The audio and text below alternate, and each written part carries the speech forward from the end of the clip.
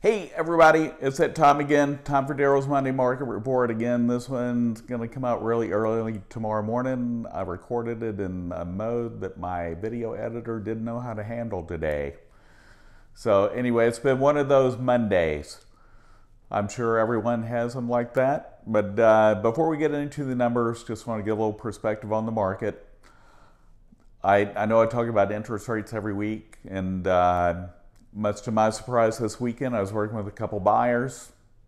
Multiple offers on every property, even with interest rates rising. Keep in mind that buyers, that it's still a very strong seller's market. So be prepared for appraisal waivers, short finance periods. Make sure that you get a great lender to work with, a great agent. Keep that in mind, and I'm going to put out an FYI. I won't go into the reason why, but sellers, when you go under contract and you sign an amendment and you make some contractual obligations of yourself when maybe you have some exclusions or you are going to take something and replace it, make sure you do that. I'll just leave it there. You can talk to your agent as to why someone might say that. So the last 7 days in Collin County, from being new to the market to being under contract, we're at 1221 this week. That's up 144 from last week. We're in the peak selling season. School ends next Friday for most of us here. I'm sure you're excited. Hope you get to travel somewhere. I know gas prices are high and everything else is, but hope you have a great summer. So in Collin County, we had 408 new properties hit the market or had a price change. That's up significantly because, again, the time of year we're at, but still not enough. We're still less than a month's inventory out there. We had 288 properties that went under contract, 196 went pending, and 330 sold.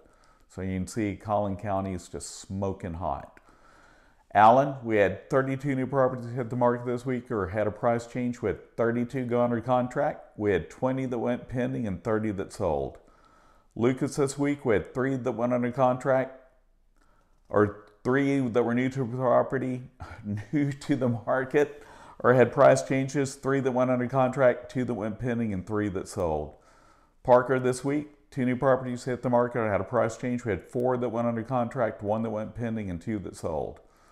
Fairview, definitely one of our smaller areas, just like Lucas and Parker are. 3 new properties hit the market, had a price change. We had 3 that went under contract, 1 that went pending, and look at this, 7 that sold.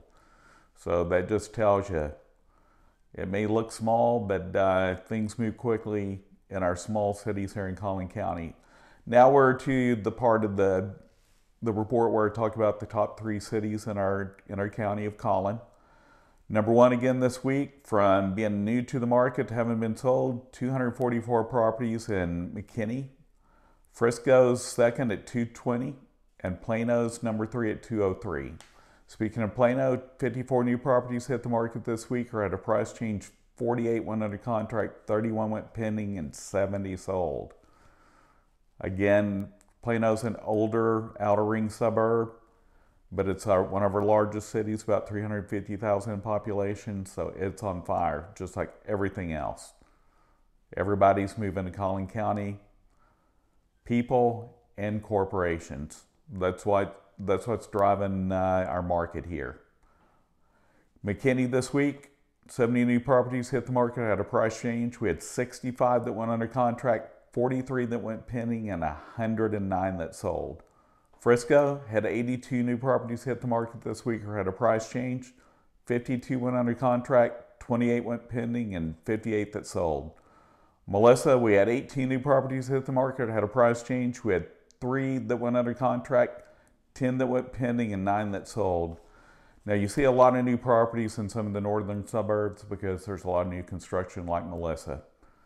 Princeton is also another. And speaking of Princeton, 24 new properties hit the market or had a price change this week. We had 8 that went under contract, 19 that went pending, and 6 that sold.